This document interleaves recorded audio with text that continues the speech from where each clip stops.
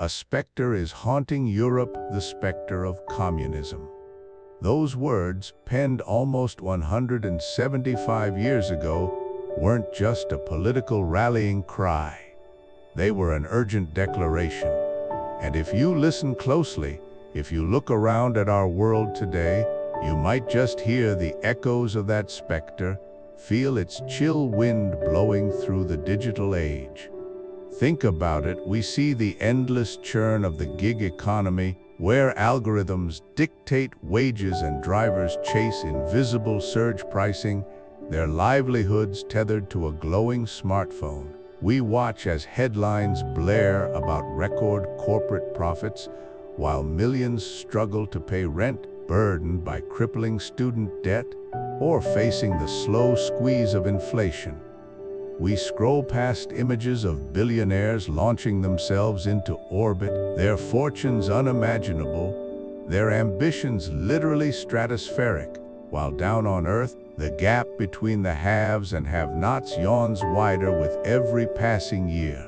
And then there's the shadow of artificial intelligence, promising efficiency, but also raising unsettling questions about job displacement, about who truly controls the means of production in an increasingly automated future. Doesn't it feel sometimes like a ghost in the machine?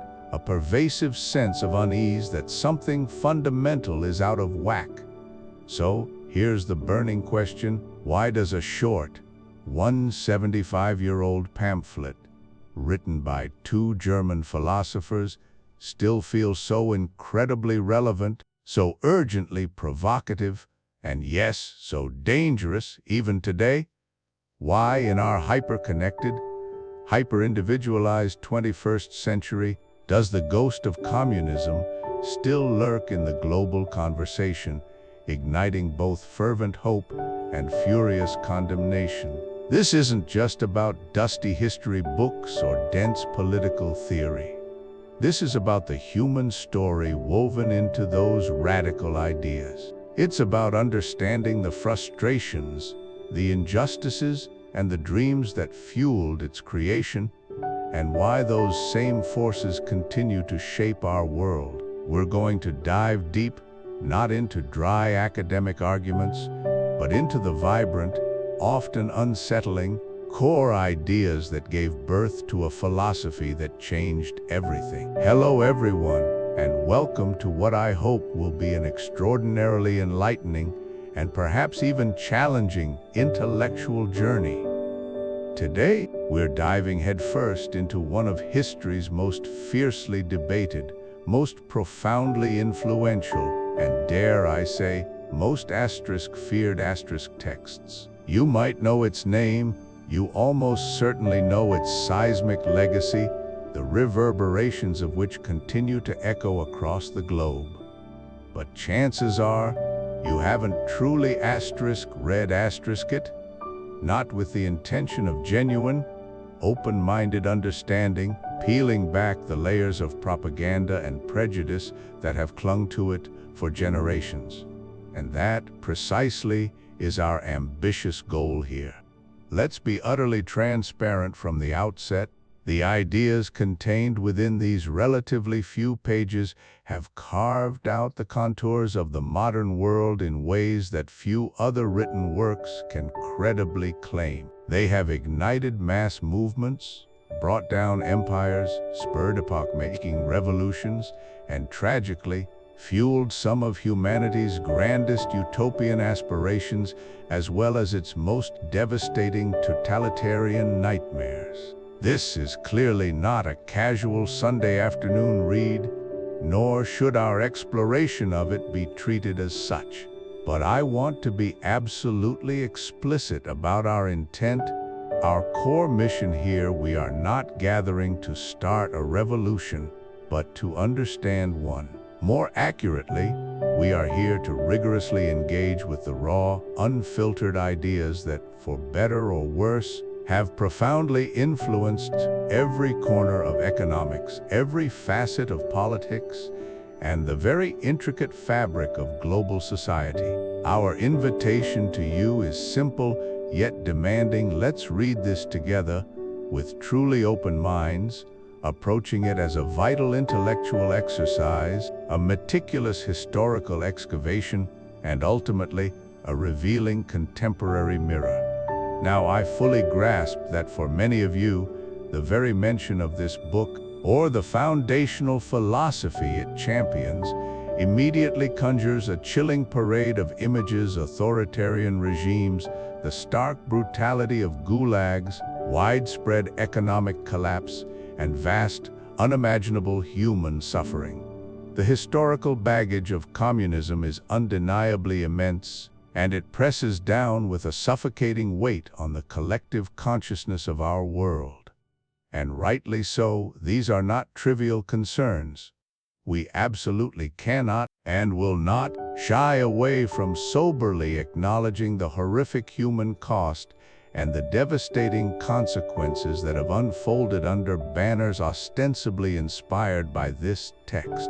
But it is utterly crucial, absolutely vital for any serious analysis to meticulously separate the 1848 document, itself a product of its specific historical moment, from the often monstrous state actions, the dogmatic ideological interpretations, and the brutal dictatorial regimes that, often with perverse logic, later claimed its lineage. Think of our endeavor here not as an endorsement of history's subsequent abuses, but as an essential, rigorous attempt to understand the original intellectual seeds, the foundational arguments from which such complex and often catastrophically destructive growths emerged. Our authors were certainly not the iron-fisted dictators, the bureaucratic tyrants, or the genocidal ideologues who later misappropriated and twisted their mantle.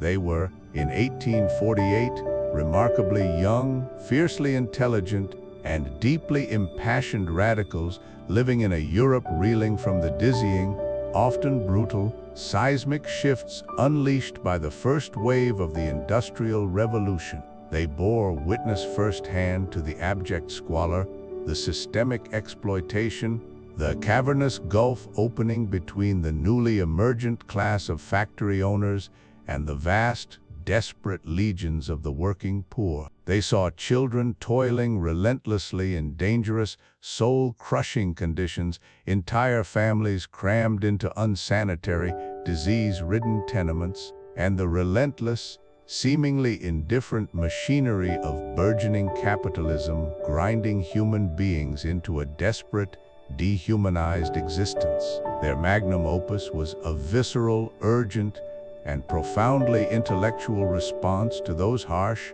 undeniable realities, a searing critique of injustice, a sweeping theory of history's trajectory, and a radical blueprint for what they envisioned as a fundamentally different, more equitable future. Whether you ultimately agree with their diagnoses, their proposed solutions, or even their fundamental premises is almost beside the point for this initial deep dive. Understanding their motivations, the historical context that forged their ideas, their sharp-eyed diagnosis of society's ills, and their audacious proposed cures is not merely academic, it is absolutely vital for grasping the powerful intellectual currents that have flowed through and continue to profoundly influence our present day. So, prepare yourself not for a political sermon, not for an ideological recruitment pitch, but for something far more valuable, an incisive intellectual tool. This video series is meticulously designed to equip the viewer with the knowledge, the context, and the critical analytical skills to deeply and independently assess these powerful, world-altering ideas. We will endeavor to trace their intricate lineage, to dissect their core tenets, and most importantly, to recognize their persistent, sometimes surprising, echoes in our contemporary global debates about wealth distribution, systemic inequality, the nature of labor, the dynamics of power, and indeed, the very future trajectory of our societies. This isn't about telling you what to think. It is emphatically about providing you with a robust framework and the necessary background to think more deeply, more critically, and more independently about the fundamental forces that have so powerfully shaped and continue to shape our complex world. Let's embark on this challenging, yet undeniably essential, intellectual adventure together. Welcome to Chapter 1, The Engine of History Owner vs. Worker. If you've ever wondered what truly propels human societies forward, what force churns beneath the surface of all our grand narratives, then you're about to uncover one of history's most enduring and provocative ideas. We're diving into the core of historical materialism, a concept that posits all of human history is, at its heart, the story of conflict between economic classes. It's a relentless, often unseen, but always present struggle that acts as the very engine driving civilization. To understand this engine, we need to introduce its primary components, two fundamental classes locked in a perpetual dance of opposition. On one side, we have what was traditionally called the bourgeoisie. Think of them as the owner class. In the industrial era, these were the factory owners, the titans of industry who controlled the means of production, the land, the machines, the capital. They were the ones who profited from the labor of others. But what does that look like today?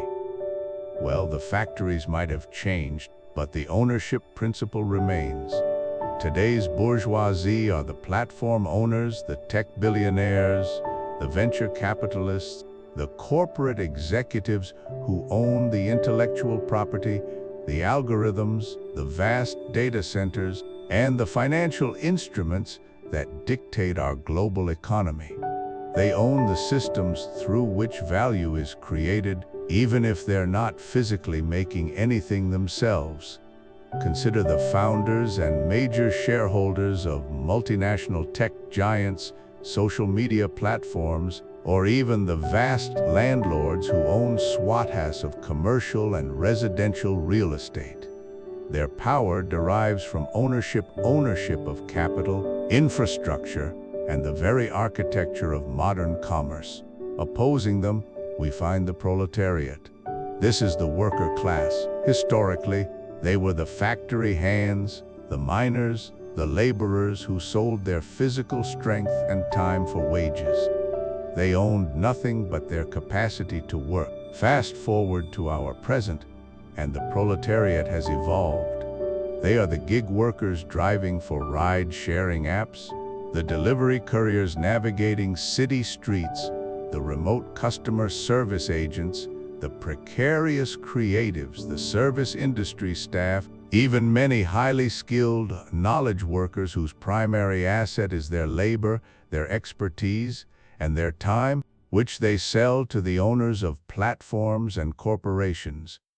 They don't own the cars they drive for the company, the software they use, or the intellectual property their work often generates. They are paid for their immediate contribution, but the underlying assets and the lion's share of the generated wealth remain with the owner class. This distinction between those who own the means of production and those who only own their labor is as crucial today as it ever was. This isn't a new phenomenon, but rather a recurring pattern throughout human history. Think back to the feudal era. The powerful feudal lord owned the land, the entire estate, and commanded the loyalty and labor of the serf, who worked that land, providing food and service in exchange for protection and a small plot to sustain their family. The serf, though not enslaved, was bound to the land, their existence dictated by the lord's ownership. Then came the Industrial Revolution, transforming the fields into factories, the lords into industrialists, and the serfs into factory workers. The underlying dynamic remained ownership of the means of production versus the sale of labor. What then is its equivalent today?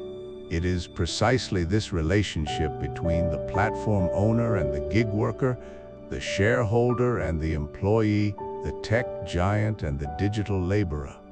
The specifics change, but the fundamental tension persists. Now here's a crucial insight: capitalism, this grand system we operate within, isn't about stability or smooth sailing. Quite the opposite. It requires constant, uninterrupted disturbance. It thrives on disruption. Think about it: innovation isn't just a byproduct, it's a fundamental requirement. Companies must constantly evolve, introduce new products, find new markets, and optimize processes to stay competitive and maximize profit. This drive for innovation leads to new technologies, new business models, and often new pressures on the worker class. Jobs are automated, industries become obsolete, and workers are forced to adapt, retrain, or face displacement. This ceaseless churning isn't a flaw in the system, it's the very mechanism by which capitalism generates wealth and in turn constantly reshapes society. The old must be destroyed for the new to emerge. This creative destruction, as it's often called, is a direct manifestation of the underlying class struggle as owners seek new efficiencies and greater returns, often at the expense of worker stability or autonomy. It reshapes not just our workplaces, but our cities, our social structures, and even our values, demanding constant adaptation and often leaving behind those unable to keep pace with the relentless march of progress. So, let's return to our metaphor and engine.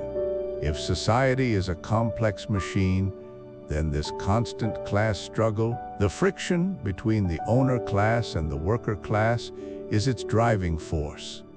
The capitalist system is a powerful, perhaps even chaotic engine. The fuel isn't just natural resources or human ingenuity, it's the inherent tension, the relentless pushing and pulling between these two fundamental poles. The owners seek to maximize profit and expand their control over the means of production, while the workers, individually or collectively, strive for better wages, improved conditions, and a fairer share of the wealth they help create. This continuous struggle, this demand for more from one side and the pushback or adaptation from the other, is what generates the immense energy that propels society forward, leading to technological advancements, social reforms, economic shifts, and even revolutions. It's not a harmonious hum, but a powerful, often noisy, and always active engine, with class conflict providing the combustion that keeps the wheels of history turning. And understanding this engine is key to truly grasping the philosophical hammer Nietzsche wields, for even he, in his diagnosis of societal values, could not escape the immense shadow cast by the economic realities shaping the human condition. While our overarching exploration in this series delves into the profound, often provocative, philosophical landscape of Nietzsche, this particular chapter pivots to an equally monumental, though distinctly different, lens through which to understand our modern world, that of Karl Marx and Friedrich Engels. It might seem an unexpected turn, yet their insights into the mechanisms of capitalism, penned over a century and a half ago, offer a chillingly accurate premonition of our globalized existence. In their seminal work, The Communist Manifesto*, published in 1848, Marx and Engels laid out a vision of capitalism so profoundly prescient, it compels us to look at our contemporary world with fresh eyes. They didn't just predict economic shifts, they foresaw a fundamental reshaping of human society, driven by capitalism's inherent, relentless need for expansion.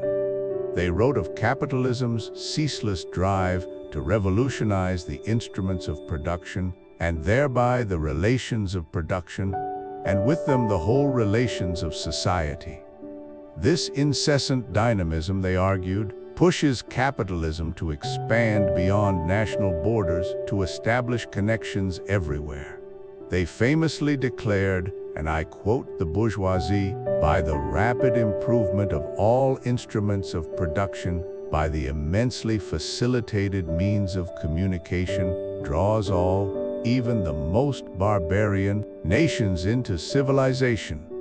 The cheap prices of its commodities are the heavy artillery with which it batters down all Chinese walls. It compels all nations, on pain of extinction, to adopt the bourgeois mode of production. It compels them to introduce what it calls civilization into their midst, i.e., to become bourgeois themselves." This passage, written when steamships were still cutting edge and the internet was unimaginable, speaks directly to the globalized reality we inhabit today. The image of capitalism battering down all Chinese walls is a powerful metaphor for the irresistible force that dissolves geographical, cultural, and economic barriers in its path. Think about your smartphone. This device, held in the palm of your hand, is a vivid, physical embodiment of Marx and Engels' predictions. It was likely designed in California, assembled in China, using rare earth minerals extracted from Africa, powered by software developed in India, and marketed globally through advertising campaigns crafted in multiple languages. Every component, every stage of production, every logistical challenge and triumph is a testament to a single, interconnected global market. Marx and Engels saw this coming over a century and a half ago, long before silicon chips or intercontinental container ships dominated our oceans and skies. This globalized capitalism doesn't merely spread existing goods, it actively creates new desires, new wants, fueling a relentless cycle of consumer culture.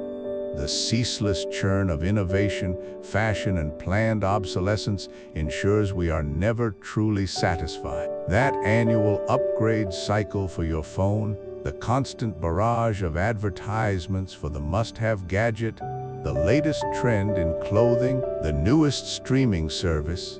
This is the system at work, perpetually manufacturing discontent and then offering a temporary, purchasable solution. Marx and Engels astutely observed that capitalism creates a world after its own image, a world where consumption becomes a primary mode of existence, deeply entwined with our identity and aspirations. Local cultures and industries, once distinct and self-sufficient, often struggle to compete with the efficiency, scale, and pervasive marketing of globalized production. What were once unique regional economies become mere nodes in a vast global supply chain, their distinctiveness often flattened, their autonomy eroded in the face of mass-produced alternatives. The corollary to this global reach is the consolidation of immense power into the hands of a relatively small number of multinational corporations. These behemoths operate across borders, often wielding more economic influence than many nation-states. They dictate terms, shape markets, and exert significant pressure on political systems, blurring the lines between corporate interest and national policy. The promise of an open global market often conceals a reality of concentrated power, where a handful of players dominate everything from technology to food production, finance to media. Their decisions impact billions, their reach is virtually limitless, and their pursuit of profit drives ever greater integration of the world's economies. So, as we reflect on the dawn of the 21st century, gazing at our interconnected digital lives, It's impossible to ignore the startling accuracy of Marx and Engels' foresight. Their analysis of capitalism's insatiable appetite for expansion, its creation of a globalized, consumer-driven world, and its tendency towards concentrated power provides a potent lens through which to understand many of our present discontents, even as we prepare to engage with Nietzsche's own radical and often fiercely contrasting critiques of modernity and morality. Welcome back, truth seekers, to our journey through the twilight of the idols. In our previous discussions, we've unmasked some of the idols Nietzsche sought to shatter, the comforting lies and false values that subtly diminish our human potential. Today, we turn our gaze to a particularly pervasive and insidious form of modern disenchantment, one that silently erodes our spirit, day by day, hour by hour, the alienated worker. This isn't just about having a bad job, it's about the profound psychological cost exacted by a system that disconnects us from our very essence, turning what should be a source of creation and purpose into a wellspring of exhaustion and emptiness. Nietzsche, though not using the exact term alienation in the Marxist sense, was deeply concerned with the diminishing of the individual, the reduction of human beings to cogs in a larger, indifferent machine.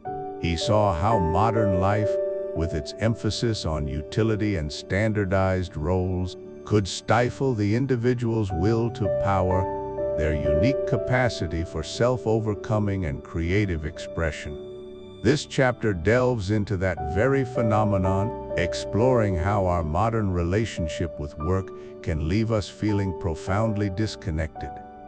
At its core, alienation in the context of work means being separated from something that rightfully belongs to you, your labor, your creativity, your very self. Let's break this down into four distinct, yet interconnected, forms that plague the modern worker. First, there's desk alienation from the product of our labor strisk.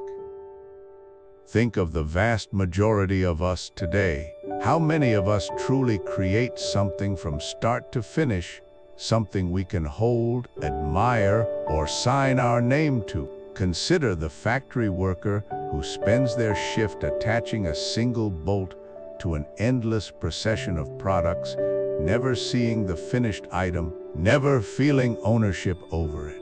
Or the software developer contributing a tiny snippet of code to a massive, intricate application they'll never fully comprehend in its entirety. The fruit of their labor isn't theirs, it's owned by the corporation, a distant entity. This disconnect strips away the pride and satisfaction that naturally come from crafting something with one's own hands and mind. Next, we experience alienation from the work process itself. This is perhaps the most visceral form of daily dissatisfaction. The work isn't an expression of our will or creativity, it's a prescribed, often repetitive, set of motions dictated by external forces. Imagine a call center employee mandated to read from a rigid script, their empathy and genuine problem-solving skills stifled by pre-approved phrases and metrics. Their individuality is erased, replaced by a programmed response. Or consider an artist, once driven by intrinsic passion, now forced to churn out generic content for social media algorithms, prioritizing clicks and engagement over authentic expression. The work becomes a means to an end, a soulless activity performed solely for a paycheck rather than an engaging, self-directed act.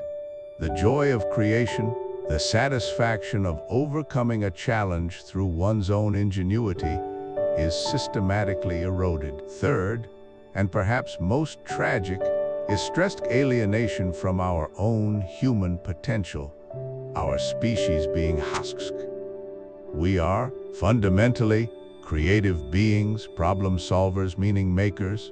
Work, ideally, should be a primary avenue for expressing these uniquely human capacities, for developing our skills and actualizing our latent talents. But when our jobs demand only a fraction of our abilities, when they offer no room for growth, innovation, or personal development, we become stunted.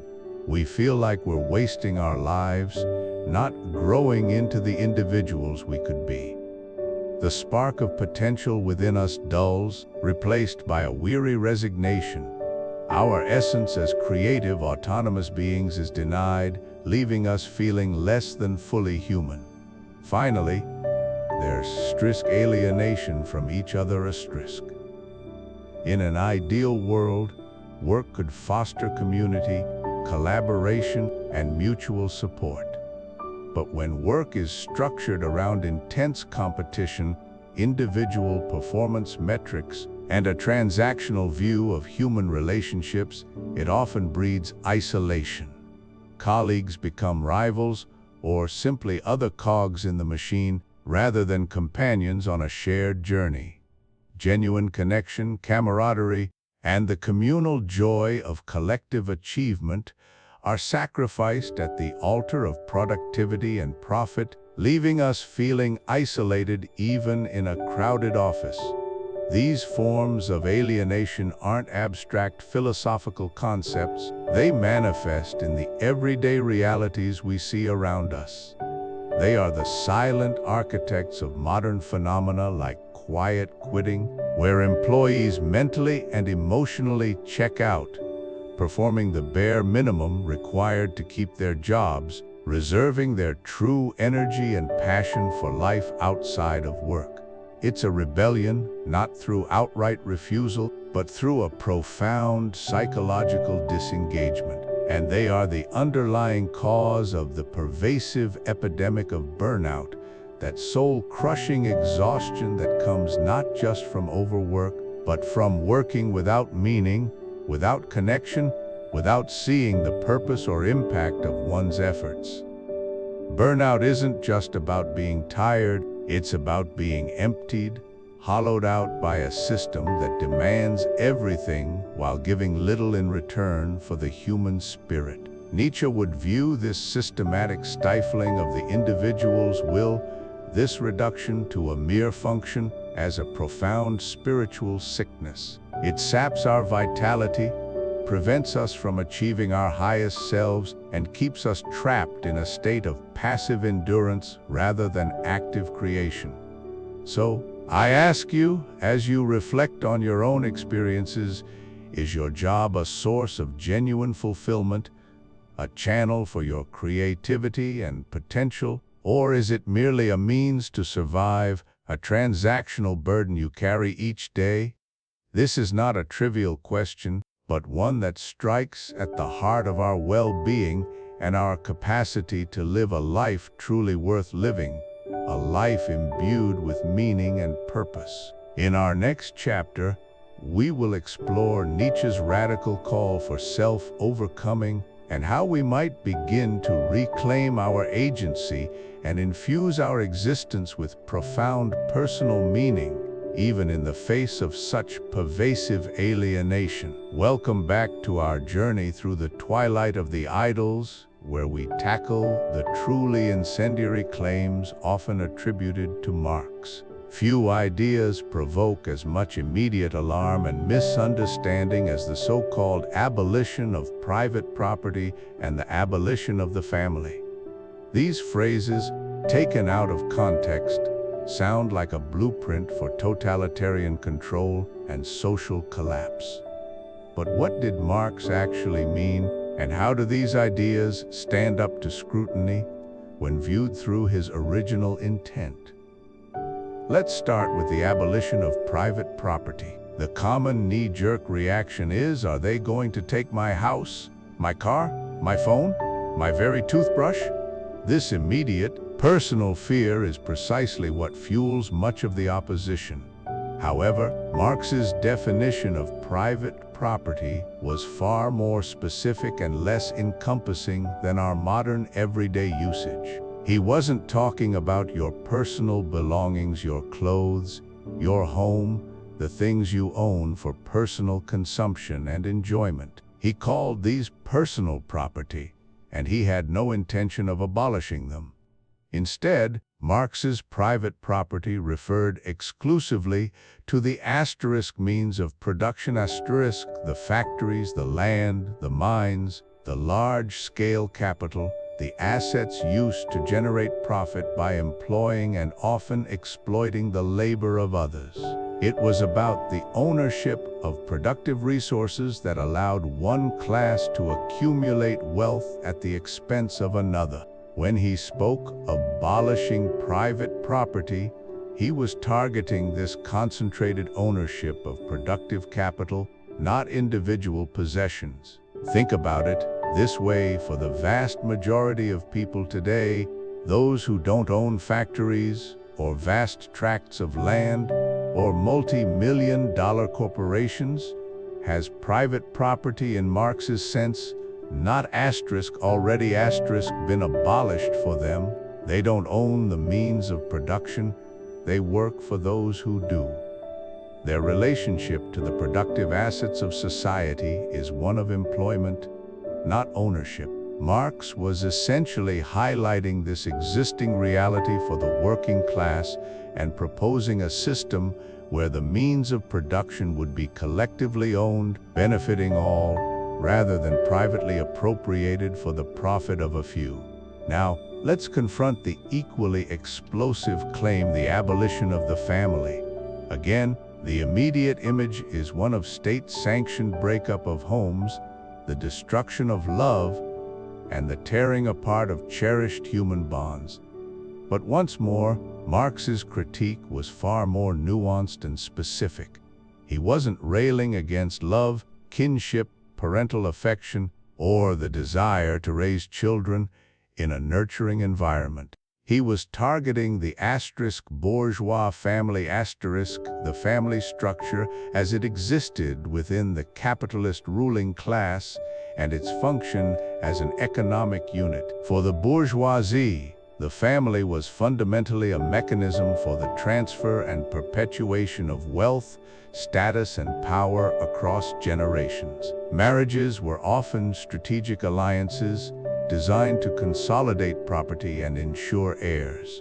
Women and children, particularly within this framework, were often viewed as extensions of property, their roles defined by economic function and the maintenance of patriarchal control. Marx saw this as a perversion of genuine human relationships, distorted by the demands of capital.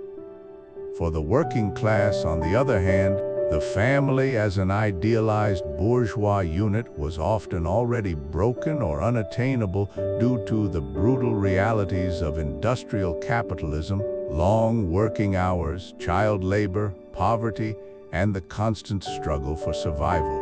Marx was exposing the hypocrisy of a system that lauded the family while simultaneously undermining its very possibility for the majority. His goal wasn't to destroy genuine human connection, but to free it from its economic chains, allowing relationships to flourish based on mutual affection rather than material calculation. These seemingly radical ideas resonate strikingly with modern debates. Consider the ongoing arguments around inheritance tax and wealth dynasties. Why do vast fortunes, often accumulated through generations of capital ownership, pass untouched from one generation to the next, creating dynastic wealth that is disconnected from productive work or individual merit?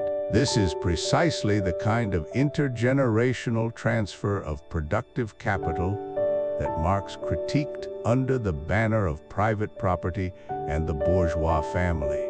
The very idea of an inheritance tax, which seeks to reclaim a portion of these fortunes for public good, is a direct echo of the underlying concern Marx raised about the perpetuation of inequality through inherited wealth. Understanding Marx's original intent behind these provocative statements transforms them from terrifying dictates into profound critiques of systemic injustice. He wasn't attacking your personal belongings or the love within your family. He was dissecting the economic structures that he believed distorted both private ownership and human relationships, advocating for a society where the means of production served everyone and where human connections could thrive free from the dictates of capital. Welcome back to our journey, where we wield Nietzsche's philosophical hammer to examine the very foundations of our modern world. In this chapter, the system's glitch, boom, bust, and crisis, we turn our attention to one of the most pervasive and often unchallenged idols of our age, the idea of capitalism as an inherently stable, ever-progressing engine of prosperity. We're going to put that idol to the test, exploring the argument that capitalism, far from being a flawless machine, is inherently unstable, prone to cyclical crises, and often becomes a victim of its own success. Imagine, if you will, an economic roller coaster. It climbs slowly, steadily, everyone cheering and investing, believing the upward trajectory will last forever. Businesses expand, jobs are plentiful, optimism soars. This is the boom phase. Companies produce more goods and services, confident in ever-growing demand. Money flows, credit is easy, and everyone feels a little richer. But like any roller coaster, there's always a peak, and then the inevitable descent. The market becomes saturated, production outstrips the actual ability of people to buy everything being made. Inventories pile up, profits start to shrink, and suddenly the optimism turns to caution. Businesses cut back, lay off workers, and pull back on investments. People with less money stop buying, further reducing demand, and the whole system starts to contract rapidly. This is the bust, the recession, or even a depression.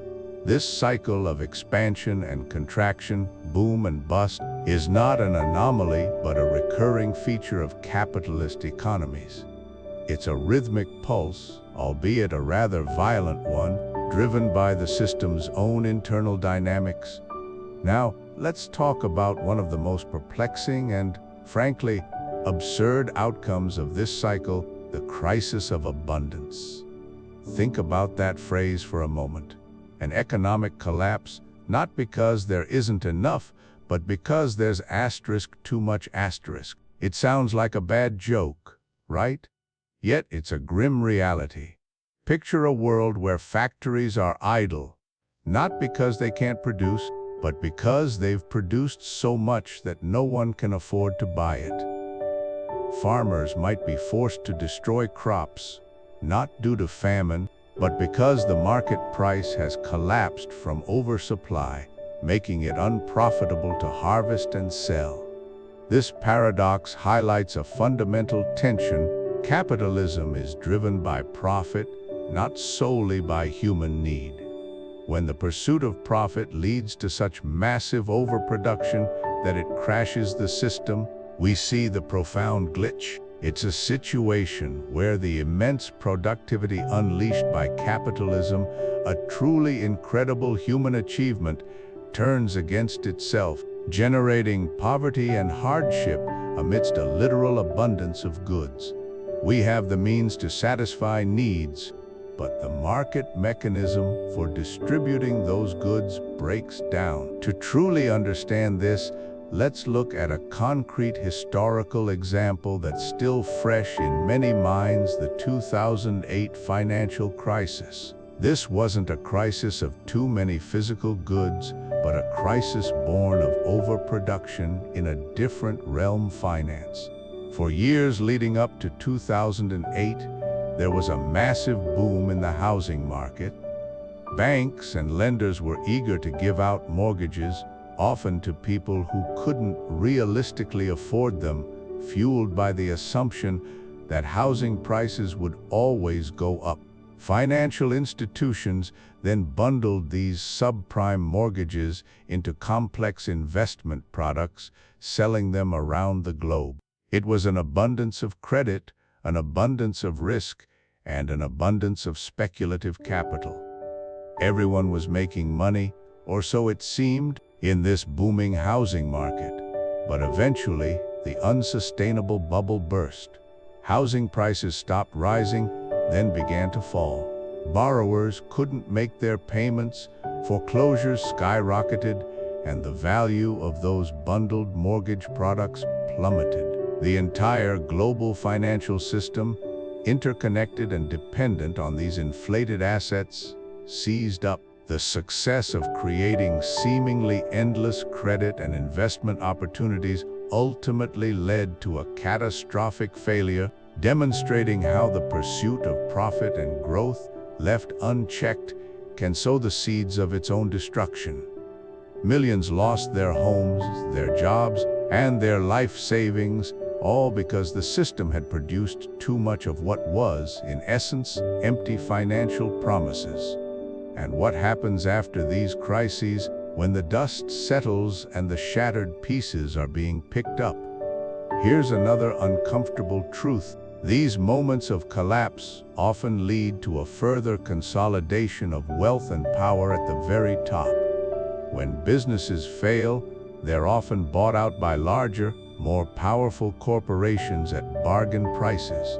When banks are on the verge of collapse, governments, fearing a total meltdown, step in with massive bailouts, essentially socializing the losses while privatizing the previous gains. The ordinary citizen bears the brunt through job losses, reduced wages, austerity measures, and taxes, while the already wealthy, with their access to capital and strategic positioning, are often able to weather the storm, pick up distressed assets cheaply, and emerge even stronger. The saying, "the rich get richer and the poor get poorer," is not just a cliché, it's an observable outcome of these cyclical crises, which act as a kind of economic natural selection, further concentrating resources in fewer hands. So, when Nietzsche picks up his hammer, we can apply his spirit of critique to this economic idol. The belief in capitalism's inherent stability, its natural progression towards universal prosperity, is one of the grand fictions we are asked to live by. By understanding the boom and bust cycle, the paradox of crises of abundance, and the subsequent consolidation of wealth, we begin to see the system not as an unassailable truth, but as a construct with fundamental flaws and inherent contradictions. It's a powerful engine, yes, but one prone to catastrophic glitches, where its very success can become the harbinger of its downfall. And understanding that, truly seeing it with unblinkered eyes, is the first step towards philosophizing with the hammer. Welcome to Chapter 6 of our journey, a chapter titled, perhaps surprisingly for a series on Nietzsche, "You Have Nothing to Lose But Your Chains."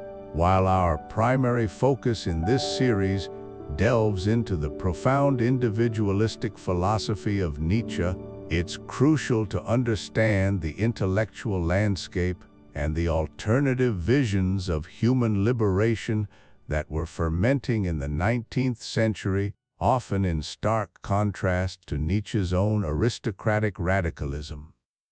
This particular phrase, of course, isn't Nietzsche's, but rather the electrifying culmination of the Communist Manifesto by Karl Marx and Friedrich Engels, published in 1848.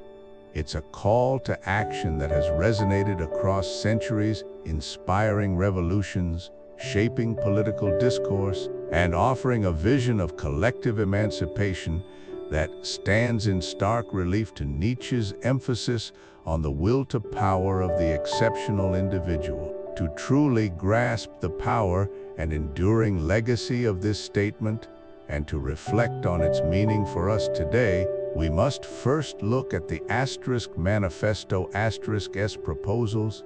specifically its 10-point program, which, when viewed from our 21st century vantage point, contains some truly astonishing insights into how radical ideas can become mainstream. Imagine 1848. Industrial capitalism is accelerating, creating immense wealth for a few, alongside crushing poverty and exploitation for the many. Marx and Engels presented their program as revolutionary steps necessary to transition from a capitalist society to a communist one. Many of these points seemed utterly outlandish, even threatening, to the established order of the time. Yet consider these: a heavy progressive or graduated income tax. Today, this is a fundamental principle of most modern democratic economies, designed to redistribute wealth and fund public services. Another point: free education for all children in public schools. In most developed nations, this is not just policy, but a widely accepted social right.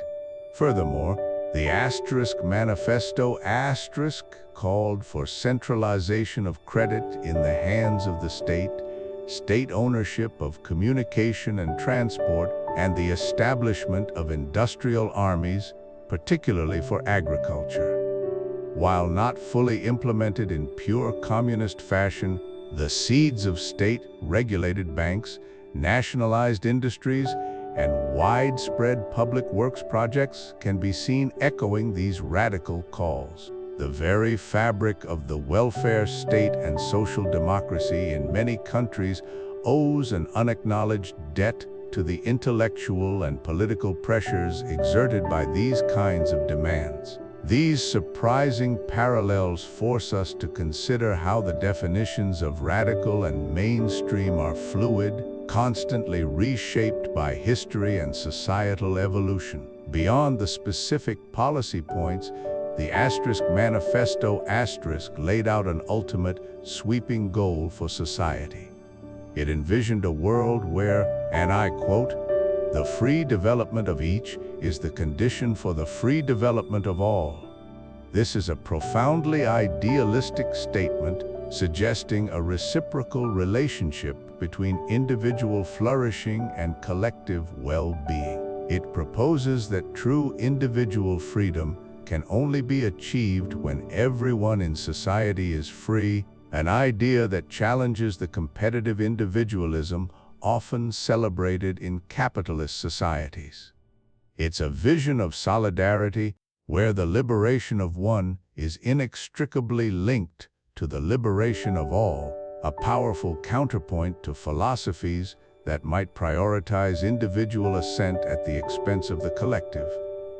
And then, we arrive at that iconic closing line, the thunderous call to action that has echoed through the corridors of history: "Let the ruling classes tremble at a communistic revolution." The proletarians have nothing to lose but their chains. They have a world to win. Workers of all lands, unite! The emotional power of this passage is undeniable. Workers of all lands, unite! Is a rallying cry, a universal summons that transcends national borders, appealing to a shared experience of exploitation and a common destiny. It speaks directly to the feeling of powerlessness, offering a path to collective strength. But it's the phrase "you have nothing to lose but your chains" that truly grips the imagination. It's a stark, uncompromising declaration designed to ignite a sense of righteous indignation and a fearless resolve. It posits that the workers' current existence is one of bondage, that their lives are shackled by an oppressive system, and that shedding these shackles carries no inherent risk because their current state is already one of ultimate deprivation. The only thing preventing their liberation is their own inaction, their failure to recognize their collective power and rise against their perceived oppressors. But what do these chains look like in our 21st century? The literal chains of industrial exploitation may largely be gone in many parts of the world, replaced by more insidious, less tangible forms of constraint. What are the modern chains that bind us, that limit our freedom and development? Is it the crushing burden of debt, student loans, mortgages, credit card debt that dictates our life choices and perpetuates cycles of anxiety? Is it the invisible chains of digital surveillance, where our every click, purchase, and communication is tracked and monetized by corporations and potentially monitored by governments, eroding our privacy and autonomy? Could it be job insecurity, the precariousness of the gig economy, or the constant pressure to be always on and available, leading to burnout and a pervasive sense of instability? Perhaps the chains are even more subtle, woven into the fabric of consumer culture, social media algorithms, or the relentless pursuit of an idealized, often unattainable lifestyle. Reflecting on these modern chains, we can ask, are we still bound, perhaps by different mechanisms, to systems that inhibit our full, free development? What would it mean to truly break free from these contemporary constraints?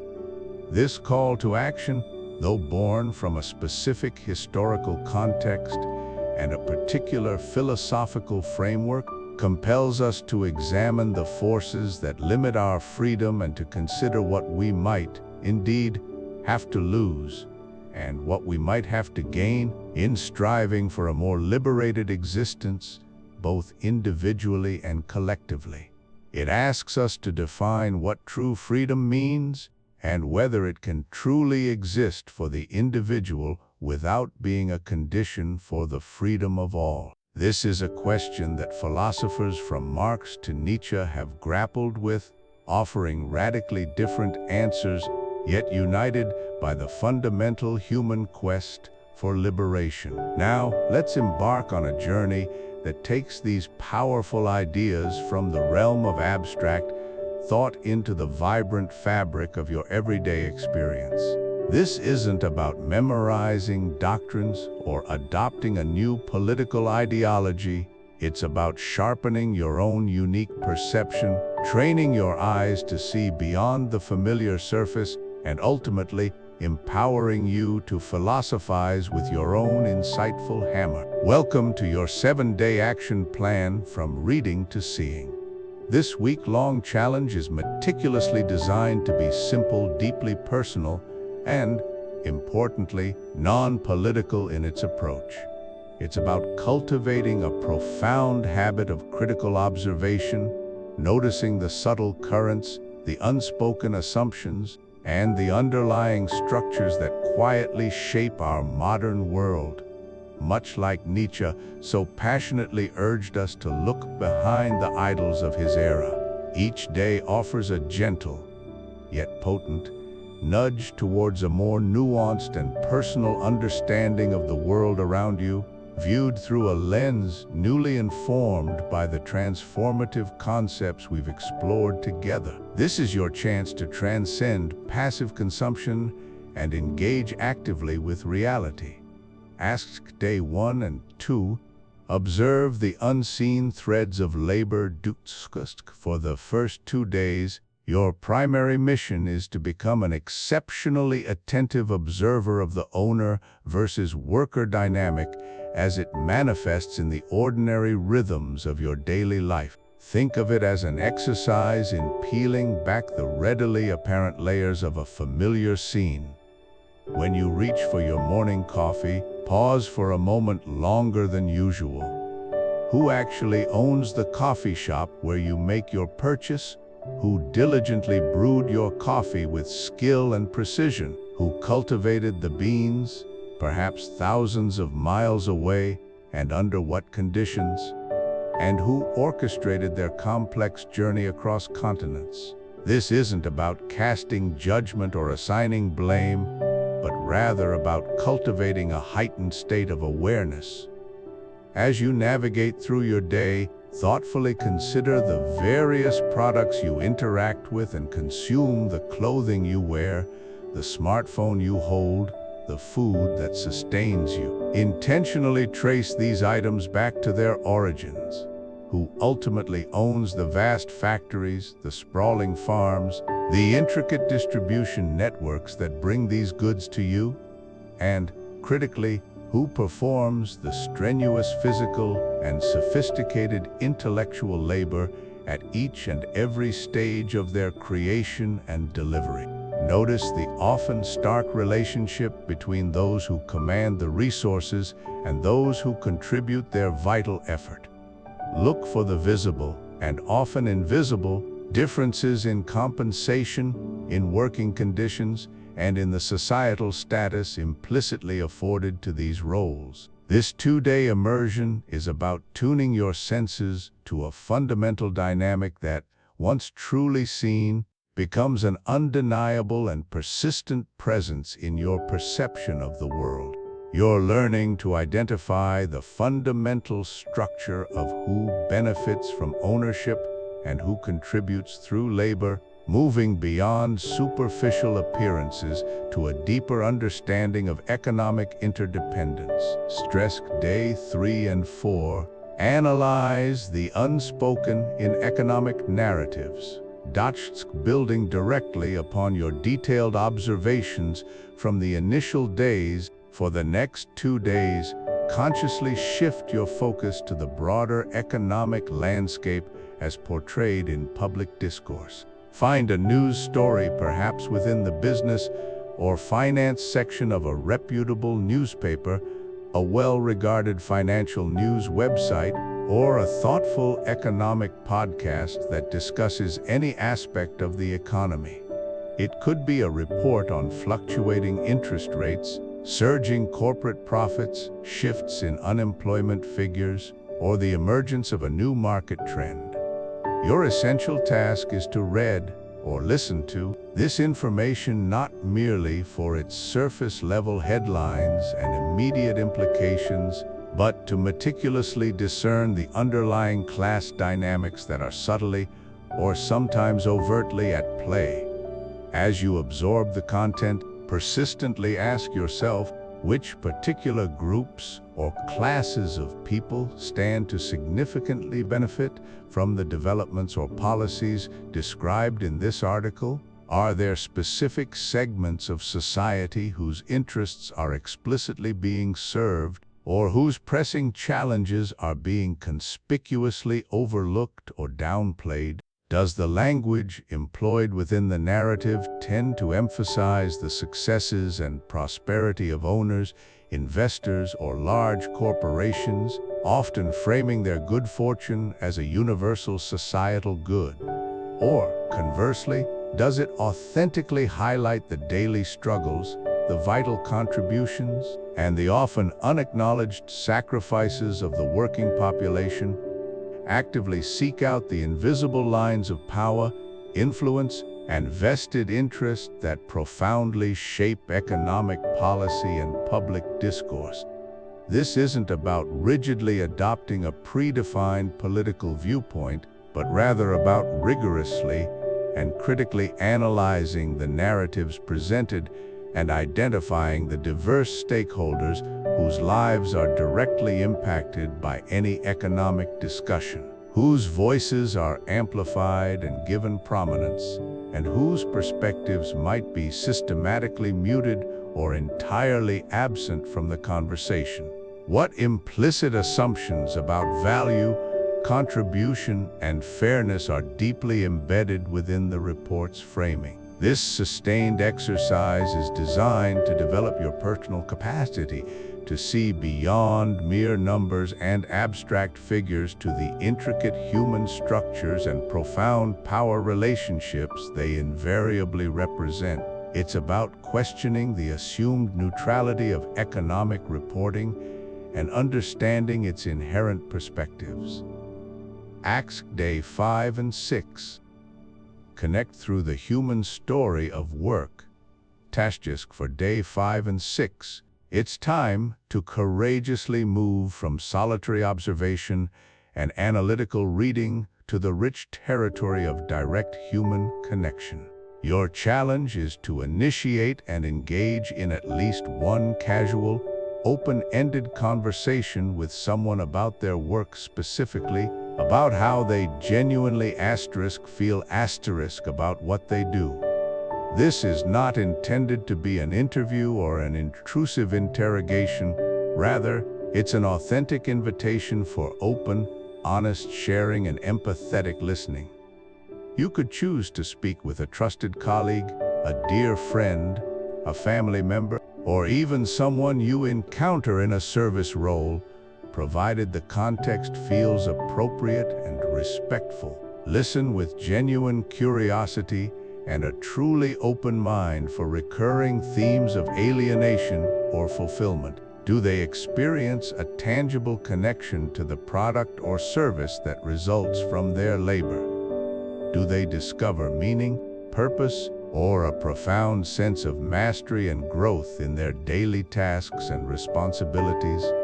Or conversely, do they articulate feelings of detachment, a sense of being merely a replaceable cog in a much larger, impersonal machine, or a pervasive feeling that their true talents and potential are not being adequately utilized or recognized? Are they afforded opportunities for creativity and self-expression, or are their actions largely prescribed and often repetitive? Pay close attention to their tone of voice, their subtle body language, and the specific words they choose to convey their experiences. This exercise is fundamentally about cultivating deep empathy, about truly understanding the nuanced, lived experience of work and its profound impact on the individual human spirit. It's about recognizing that beneath the official titles and sterile job descriptions are complex human beings earnestly seeking meaning, value, and recognition, and who are often grappling with the powerful systemic forces that shape their working lives. Your role here is simply to listen attentively, to truly hear their perspective without judgment, and to allow their unique insights to significantly enrich your own evolving understanding of the world. Day 7. Reflect and envision a fairer horizon.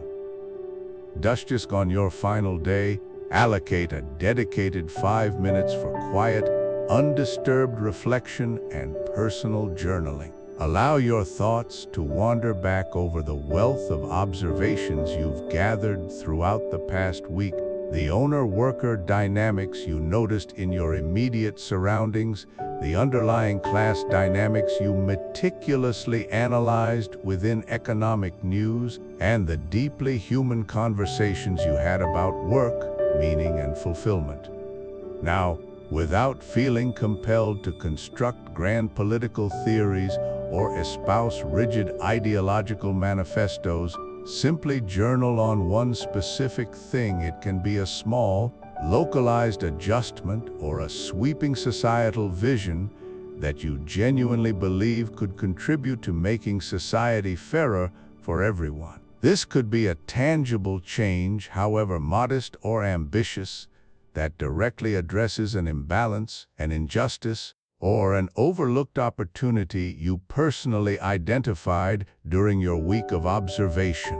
Perhaps it's a specific adjustment in how a local business structures its employee benefits, a broader, innovative idea about educational access, or a fundamental re-evaluation of how certain types of essential labor are culturally and economically valued. Your reflection should be firmly grounded in your personal, lived insights gained over the past week, rather than relying on preconceived notions or inherited beliefs.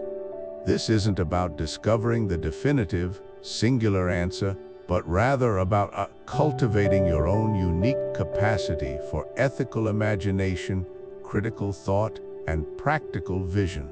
It's about taking profound ownership of your observations and formulating a deeply personal response, however nascent or preliminary.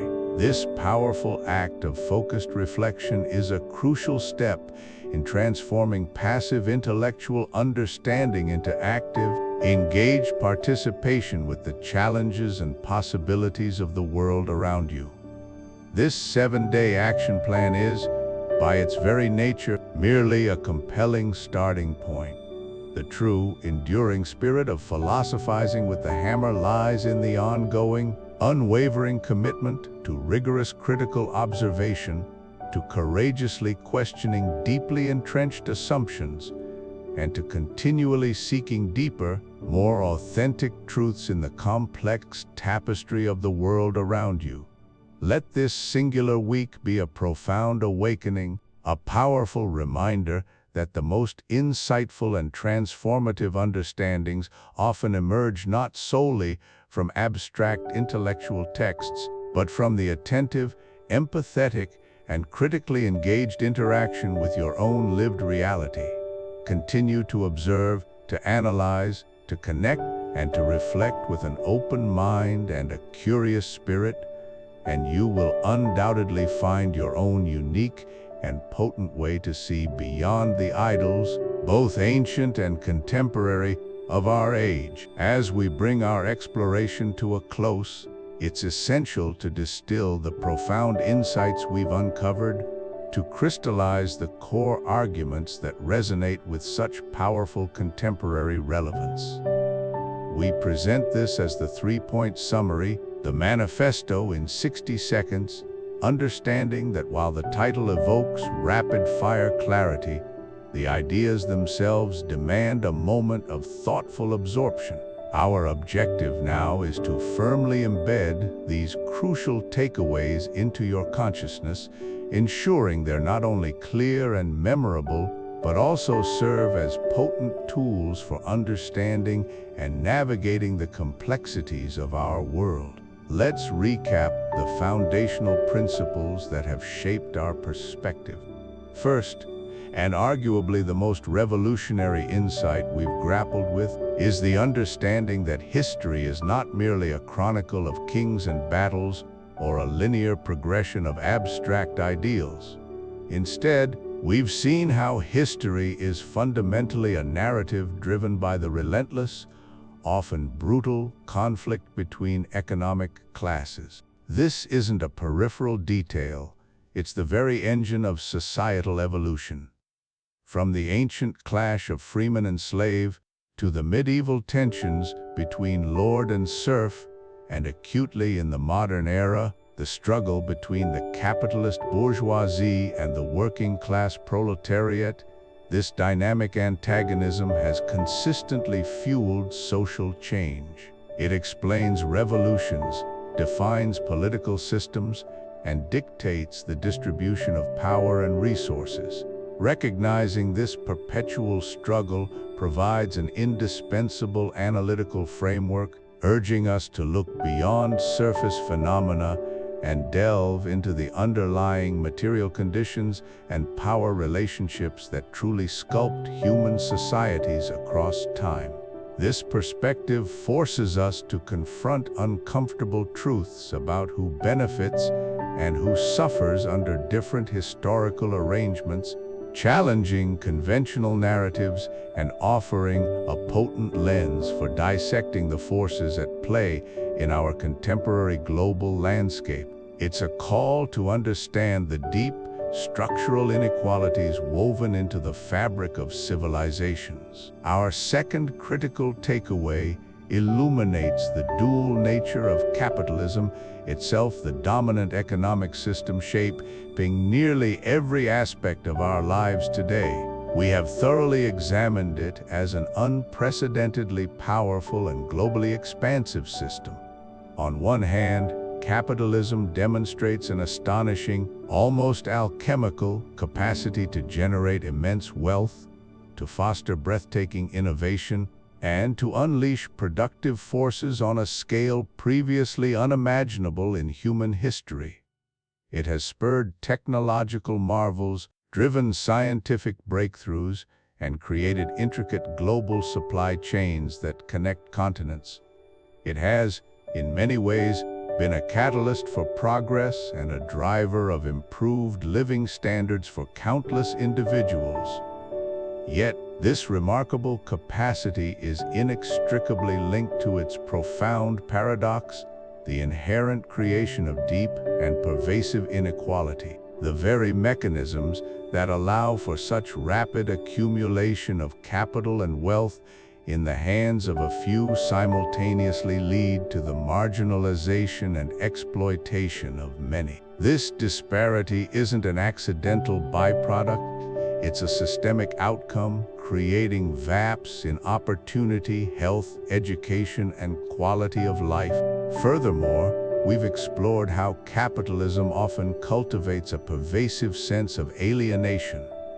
In a system where labor is commodified, where individuals are separated from the full value and purpose of their work, and where competition is often prioritized over cooperation, people can become estranged from their own productive essence, from the products they create, from their fellow human beings, and ultimately, from a sense of their own authentic existence. This fundamental tension, unparalleled generative power coupled with stark inequality and systemic alienation, is the central conundrum of our modern age, demanding our critical attention. Finally, and perhaps most enduringly, the core, burning question that emerges from these profound analyses remains as urgent and relevant today as it was when first articulated. How do we genuinely create a society where everyone, without exception, can truly flourish? This is not merely an abstract philosophical query or a utopian fantasy. It is the fundamental ethical and practical imperative confronting humanity in the 21st century. It compels us to move beyond simply identifying the symptoms of societal dysfunction and to actively engage with transformative solutions. It forces us to rigorously question the existing structures of power and distribution, to envision alternative arrangements that prioritize collective well-being over individual accumulation, and to define what genuine justice and liberation entail in an economic and social context.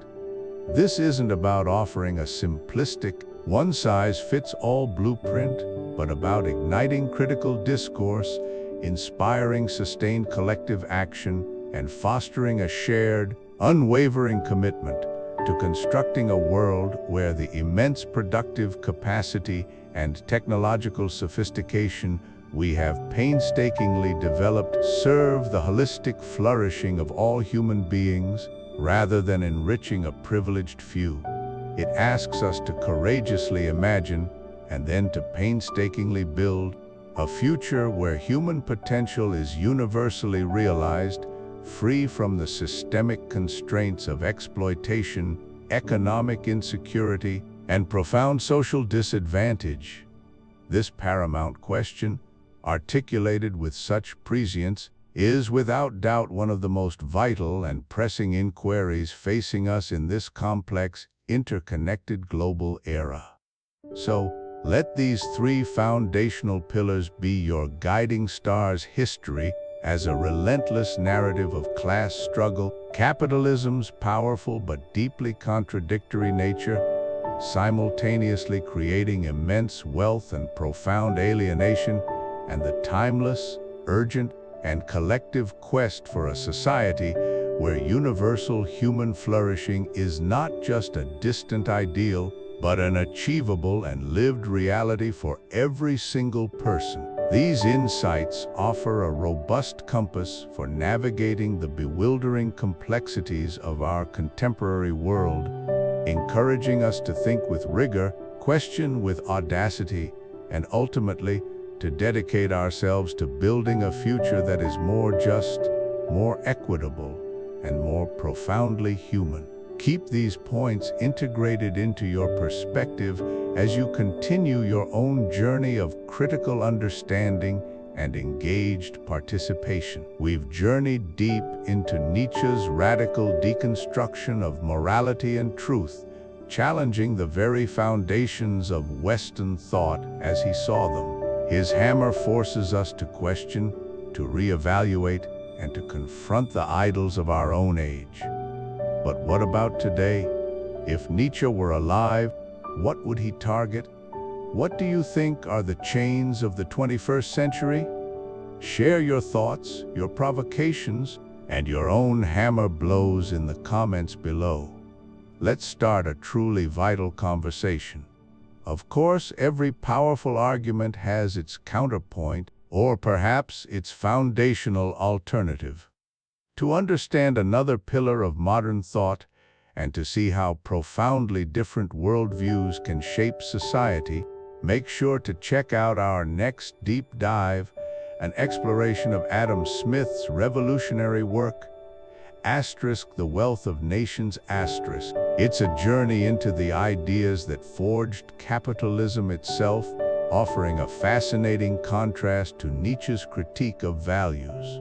If this video challenged your thinking, if it sparked new ideas, or simply offered a clearer understanding of a complex mind, please give it a like.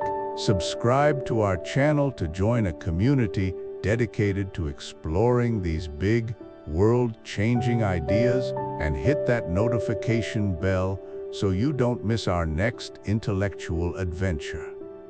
Understanding these foundational texts, from Nietzsche's seismic critiques to Smith's economic blueprints, isn't just an academic exercise. It's about equipping ourselves with the tools to critically assess the world we inhabit, to discern the hidden forces at play, and to, perhaps, forge a new path forward. These are the ideas that have shaped civilizations, and by engaging with them, we empower ourselves to participate more meaningfully in shaping the future. Your voice matters in this ongoing dialogue. Thank you for joining us.